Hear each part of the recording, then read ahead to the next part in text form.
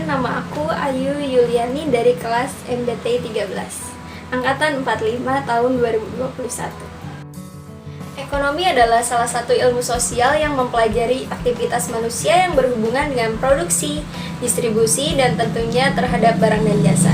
Manusia itu ingin memiliki kebutuhan yang tidak terbatas. Bagaimana cara menyeimbangkan kebutuhan dan keinginan tersebut?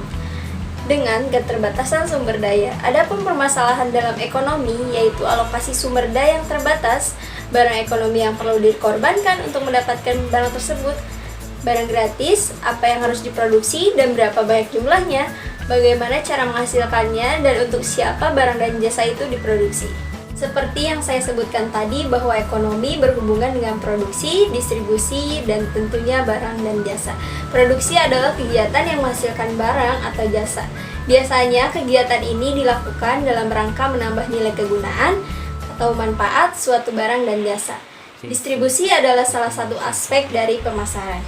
Distribusi juga dapat diartikan sebagai kegiatan pemasaran yang berusaha memperlancar dan mempermudah penyampaian barang dan jasa dari produsen kepada konsumen.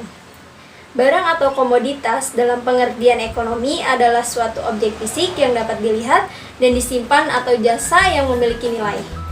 Nilai suatu barang akan ditentukan karena barang itu mempunyai kemampuan untuk dapat memenuhi kebutuhan atau keinginan pelanggan baik secara individu atau bisnis. Dan jasa adalah setiap tindakan atau kegiatan yang dapat ditawarkan oleh satu pihak kepada pihak lain. Pada dasarnya bersifat intangible atau tidak berwujud fisik dan tidak mengakibatkan kepemilikan sesuatu. Produksi jasa biasanya berkaitan dengan produk fisik atau sebaliknya. Jasa adalah sesuatu yang tidak dapat dilihat, disentuh, dan dirasakan tetapi memberikan manfaat dan kepuasan kepada konsumen. Kenapa belajar ekonomi? Supaya bisa berpikir rasional untuk membuat keputusan dalam berbagai hal, untuk bisa memahami bagaimana masyarakat berinteraksi, dalam hal ini perilaku konsumen dan pemasok, dan untuk menerangi pengetahuan isu-isu ekonomi internasional. Lingkungan ekonomi terbagi menjadi dua, yaitu mikroekonomi dan makroekonomi.